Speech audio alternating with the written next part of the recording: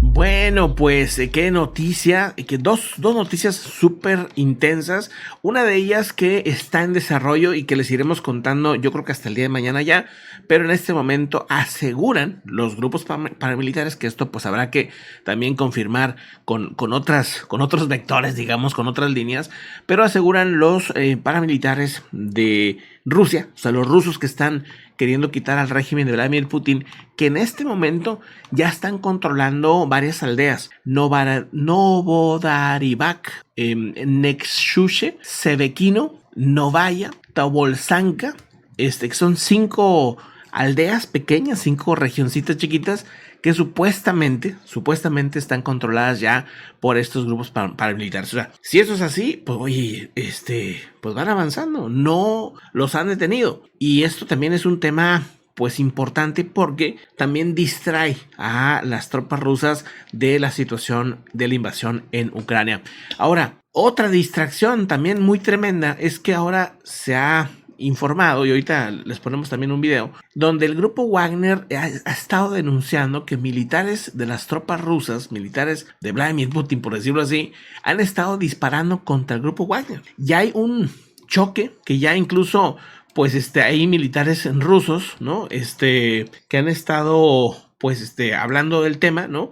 Este es uno de ellos. Este es un militar ruso, pues ¿qué dice? Bueno, él asegura que él mandó a que dispararan a los del grupo Wagner, porque le molestan mucho a este grupo. Le cae mal. Le cae mal, sí. Y pues él es el teniente coronel que detuvieron los hombres del grupo Wagner, él es del ejército ruso, por disparar contra su patrulla durante la retirada de Bakhmut. Si recuerdan, ellos desde el 20 de mayo, veintitantos de mayo, ya se retiraron de Bakhmut. Decían que para el 1 de junio iban a estar afuera. Hace poquito hicieron el anuncio oficial de que ya estaban afuera. Y pues bueno, mandan este mensaje para que vean. Dice: el militar ruso perteneciente a la 72ª Brigada Rusa de Motorizados, en el interrogatorio a lo que habría sometido a los mercenarios, habían advertido haber ordenado a las tropas rusas que abrieran fuego contra el vehículo de Wagner cerca de Bakhmut el 17 de mayo. Dice, no es la primera vez. Bueno, ayer les contábamos que Yevgeny Prigozhin aseguraba que les habían puesto bombas en la retaguardia. No, escucha en la retaguardia. Bueno, sí, en la retaguardia. Se escucha muy feo eso. Soy pero muy sí, feo, les pusieron bombas en la retaguardia. O sea, soy gacho, pero pues es lo que él dijo, ¿no? O sea, que le pusieron si ellos necesitaban replegarse, iban a tener una sorpresita. Iban a tener bombas, imagínense ustedes.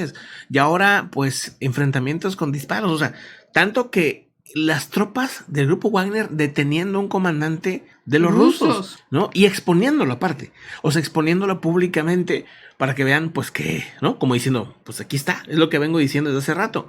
El Ministerio de Defensa la trae contra mí y no quiere que haya avances del grupo Wagner, quiere que haya avances de las tropas rusas que pues, no han tenido casi nada de avances. O sea, avanza el grupo Wagner y pues lo festejan las tropas rusas, ¿no?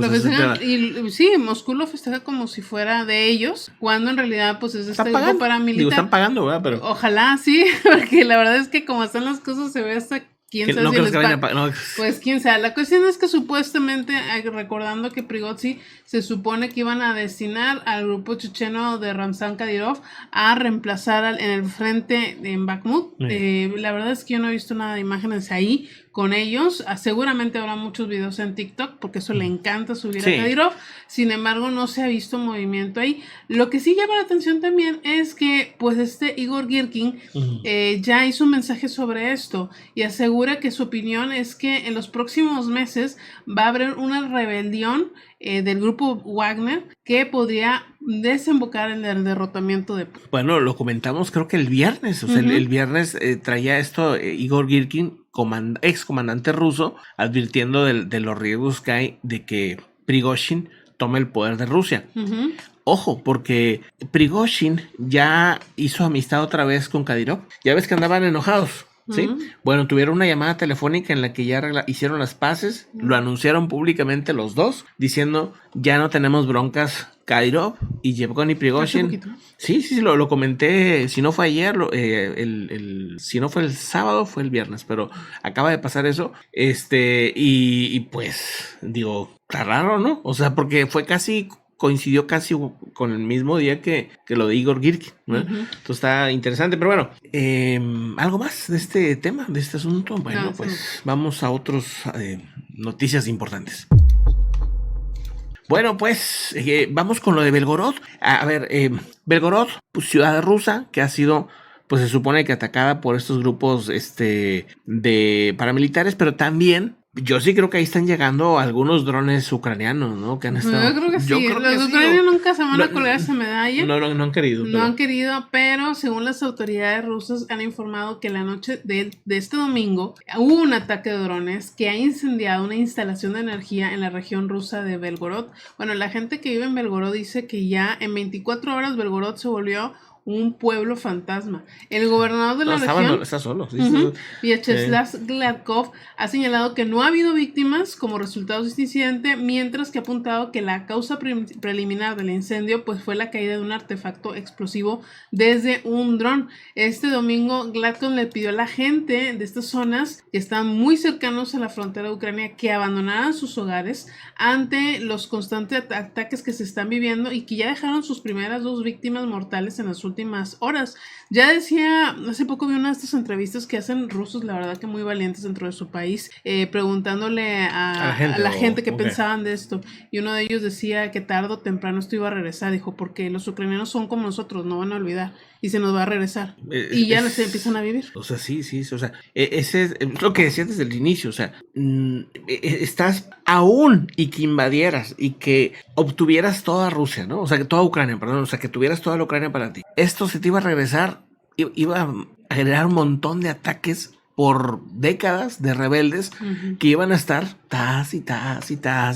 ¿Por qué? Porque son de los mismos, porque no iban a permitir que su cultura desaparezca, que su país, sus creencias, todo desaparezca así nomás porque se le ocurrió a un pelado por ahí, ¿verdad? Pero bueno, vamos a otro asunto interesante.